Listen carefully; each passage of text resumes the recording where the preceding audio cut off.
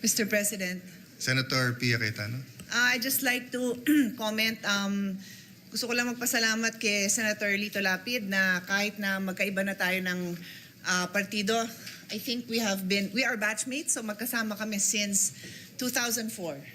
So majority, minority, buwan-buwan nagpapadala pa rin siya sa akin ng Maha Blanca at Suman. Maraming salamat po. Gusto ko kasi malaman mo na mahal kita.